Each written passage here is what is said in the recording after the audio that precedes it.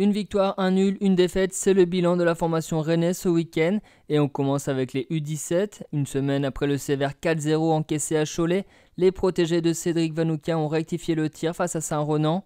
Rapidement mis sur de bons rails grâce à Kader Meïté, auteur de son 4e but de la saison, les Rennais ont fait la différence en deuxième période pour finalement l'emporter assez logiquement 3-0. On enchaîne avec les U19 opposés à Lorient. Les Rennais n'ont pas connu le même sort que leurs cadets. Face aux Merlus, les Rouges et Noirs ont enregistré leur deuxième défaite de la saison à domicile. C'était plutôt un match difficile parce qu'on n'avait pas trop la maîtrise du ballon. En face, c'était plus fort athlétiquement. Mais on a réussi à s'accrocher. On est revenu rapidement au score, on a mis 2-2. Au tout début de deuxième mi-temps, on a pris le 3-2.